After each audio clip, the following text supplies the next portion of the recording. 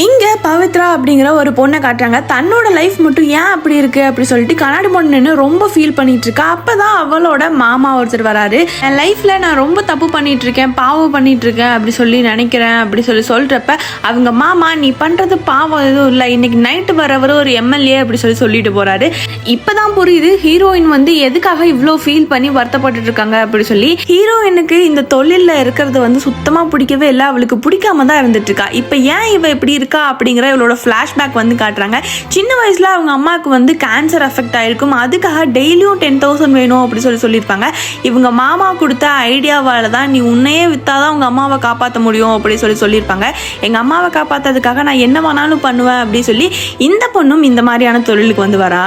அவங்க அம்மாவுக்கு இந்த விஷயம்லாம் தெரிஞ்சதுமே பயங்கரமாக ஃபீல் பண்ணுறாங்க.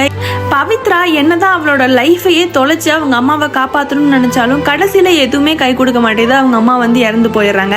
அதிலிருந்து இப்போ வரைக்கும் தன்னோட லைஃப் அவங்க அம்மாக்காக தொலைச்ச மாதிரி வேற எந்த பொண்ணும் தொலைச்சிடக்கூடாது அப்படின்னு சொல்லிட்டு அங்கே இருக்க கேன்சர் இன்ஸ்டியூட்டுக்கெல்லாம் இவ வந்து இந்த மாதிரி தொழில் பண்ணி அங்கே அமௌண்ட் கொடுத்து அவங்கள எல்லாத்தையும் காப்பாற்றிட்டு இருக்கா.